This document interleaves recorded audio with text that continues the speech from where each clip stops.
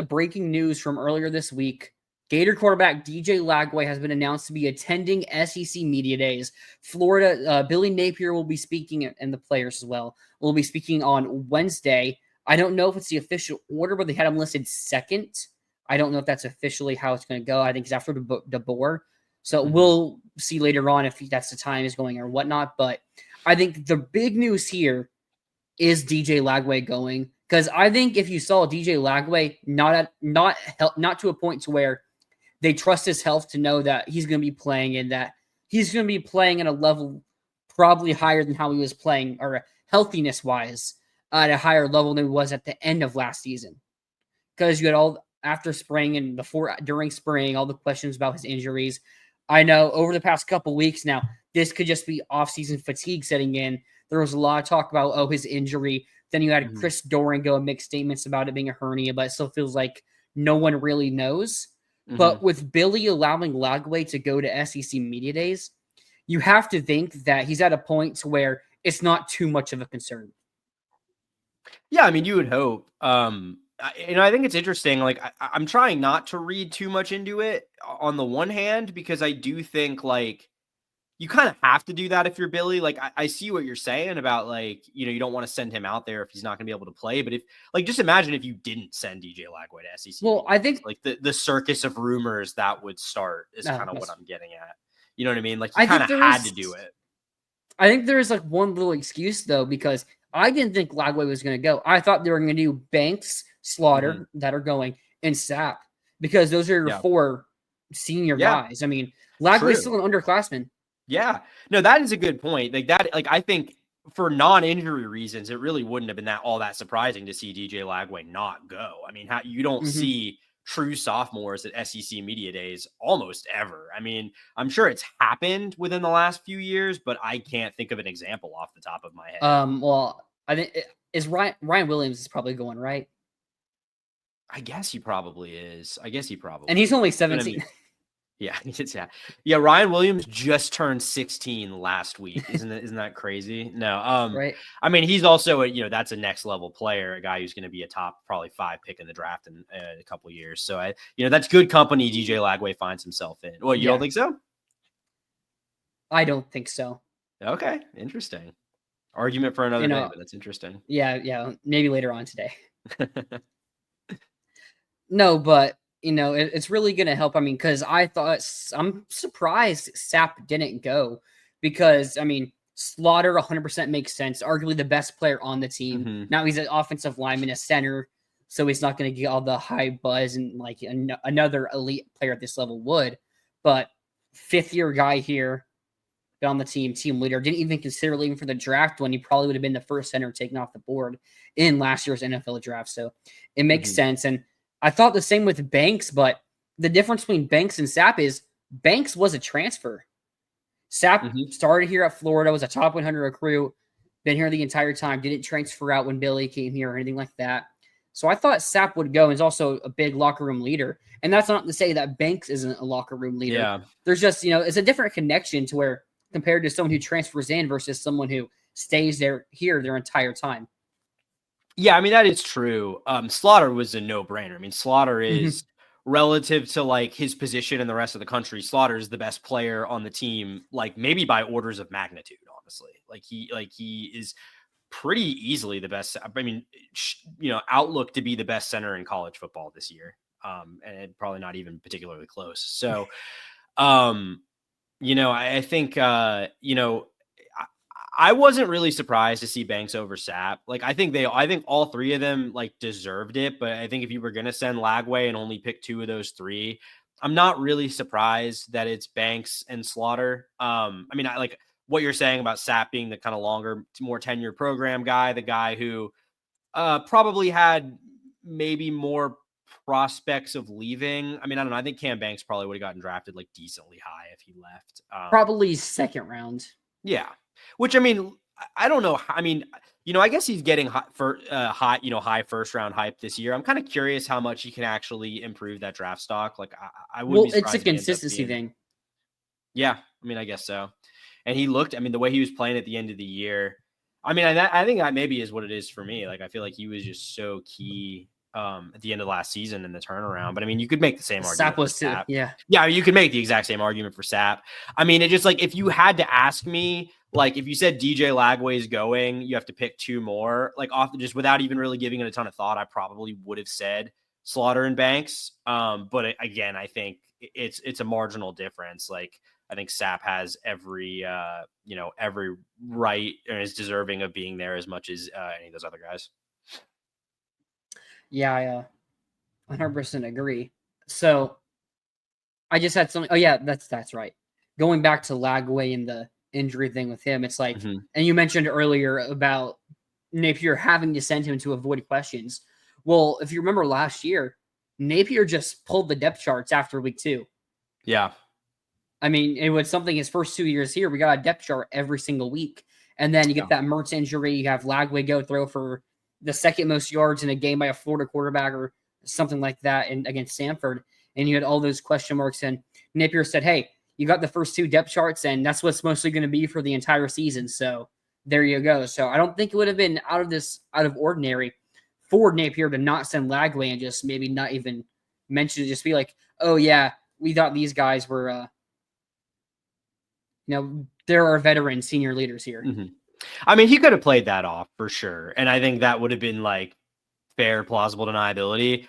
But like, you know how this fan base is. Like, there would have been if it's a minority, it would have been a vocal one of people that are like, what is up with DJ Lagway if he's not going to SEC media days? So like, I think it was a tough spot. I mean, I think it says a lot about, I mean, I'm not even saying about DJ's health. I think we'll see on that front, but I think it says a lot about just the way DJ has stepped into a leadership role on this team, despite not really being, I mean, he was around, but not really being able to participate throughout the offseason. The fact that he's kind of earned, because like, these decisions of who you bring to the stuff like this and who you have represent the team, like there's politics to it, within the team, like, who you pick is going to send a message to the rest of the team. And the fact that you could send a true sophomore quarterback who has only started 6-7 games over, over a guy like Tyreek Sapp, I think that says a lot about the respect DJ Lagway has in the locker room. Yep. All right. So here's a question. Yeah. Predict who assuming Billy Napier's our coach here, predict who we're sending to SEC media days in 2026. I think Lagway's a lock. Yeah, obviously Lagway. How about nah, that's too much. I was gonna say Dallas Wilson, but I'm not there yet. I think that's a stretch. Let's wait and see a bit more here. Yeah, that's a stretch. That's me being overexcited. Probably maybe Miles Graham. That's a good one. I was thinking if he doesn't leave, Pup Howard. Yeah, that's true. I kind of am just Pup like Howard's in my head thinking he won't be here, but you're right, he very well could be. I think if Pup Howard's here, then he's like very likely going. Yeah. And I think another name who, if they're also here next year, could also very likely be going, Jordan Castell. Yeah, I mean, if Castell is good, like starts and is good this year, like at that point he's probably the longest tenured starter in the defense, right? Yeah, because 2023 is anyone else from that defense starting still? I don't think so. Or any other freshmen? Shamar's gone. Yeah, I think all those guys are. Yeah, I think it's Castell. So yeah, that's a good pick if he's still, if he doesn't have, if we're not talking about him on the show every week like we were last year, that's probably. Or if we're talking about him on the other side of that's the top true. Five, yeah, I guess that's true. Yeah, if he's just a mainstay in our top 5 every week, then that's. Rob has the perfect point here. Why not bring Asa? He's getting Social Security checks so he can afford it. Do you have any insight in that situation? Because yes. I honestly don't. Okay, I'm curious if there's anything you can share publicly. I can't remember who it was that reported it, but they said if Asa passes a physical, then he's going to be on the team for the season. That's actually, I mean, I'm not going to put any I'm not going to assume anything out of that situation, but that could end up being a nice boost. If one of those boost. It's a leadership boost. He's not going to start, but I'm saying if Castell or Bryce Thornton are not great, and these freshmen are not ready to play, that's a nice piece to have. I mean, he's been a good college football player before. Obviously depends on where he is health wise, but if he's able to, if they feel comfortable about clearing him and having him play, like I don't think you say no to that. I don't think you say no to a veteran in a secondary that kind of needs depth. Oh, I didn't see this, but Rob's saying the report came out. He already passed. So, well, okay. That's weird. I mean, that's a weird situation, just like the way it all played out, like how it's like just kind of Clay Millen situation. Yeah, the Clay Millen situation is one of the craziest things. Like he's in college football 26. I don't know if he's even on the team still, if he's going to dress at all this year, but he's in the game. So, yeah. All right. Last thing here. Try to predict where we will be ranked in the preseason here, because they released their preseason rankings for the SEC standings. I'm gonna say 7th. Yeah, that's kind of I probably had like 8 or 9 in my head. So yeah, that's kind of I think like right in the middle of the road is probably what I expect.